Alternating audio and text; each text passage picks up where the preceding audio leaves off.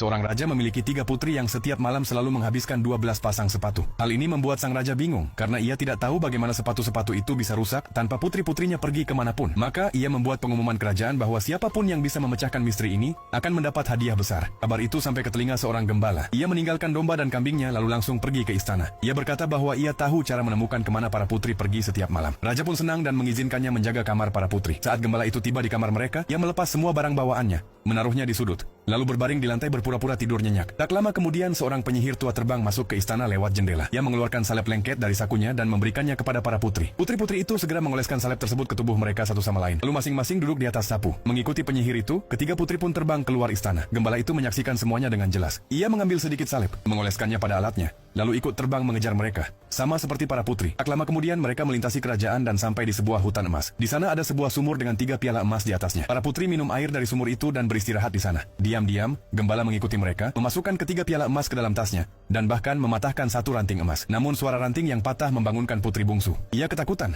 tetapi kakaknya menertawakan dirinya. Kemudian mereka kembali duduk di atas sapu dan pergi ke hutan perak. Hal yang sama terjadi lagi. Mereka minum air dari sumur dengan 3 piala perak lalu jatuh tertidur pulas. Gembala itu kembali datang, mencuri piala-piala itu dan mematahkan ranting perak. Putri bungsu kembali terbangun tapi kakak-kakaknya mengejeknya dan menyebutnya penakut. Selanjutnya mereka sampai di hutan intan. Kejadian serupa terulang. Gembala mencuri piala intan dan mematahkan satu ranting. Tetapi kali ini suara patahnya terdengar lebih dekat. Putri bungsu menjadi sangat takut dan merasa ada seseorang yang mengikuti mereka. Namun kakak-kakaknya kembali menertawakan ketakutannya. Ketiga putri itu lalu terbang lebih jauh. Tiba-tiba sebuah mulut raksasa terbuka dan mereka semua masuk ke dalamnya. Gembala pun mengikuti dan apa yang dilihatnya sangat mengerikan. Ada 12 iblis besar berdiri di sana. Dan begitu musik dimulai, ketiga putri itu langsung menari bersama mereka. Gembala bersembunyi diam-diam di bawah meja dan mengamati semuanya. Ia melihat bagaimana para putri menari di atas ujung pedang, dan ia pun mengerti mengapa sepatu mereka selalu rusak setiap malam. Tak lama kemudian semua sepatu mereka sobek dan mereka jatuh di meja karena kelelahan. Mereka begitu lelah hingga tidak kuat makan. Salah satu putri menjatuhkan sendok intan, yang lain menjatuhkan garpu intan, dan gembala cepat-cepat mengambil keduanya lalu terbang kembali ke istana sebelum mereka pulang. Ia kembali berbaring di lantai dan pura-pura tidur nyenyak. Beberapa saat kemudian ketiga sapu itu kembali membawa para putri pulang. Saat mereka masuk ke istana, mereka melihat gembala masih tertidur pulas sambil mendengkur. Kedua kakak menertawakan adik bungsu karena takut tanpa alasan. Keesokan paginya, gembala menghadap raja dan menceritakan seluruh kisah itu.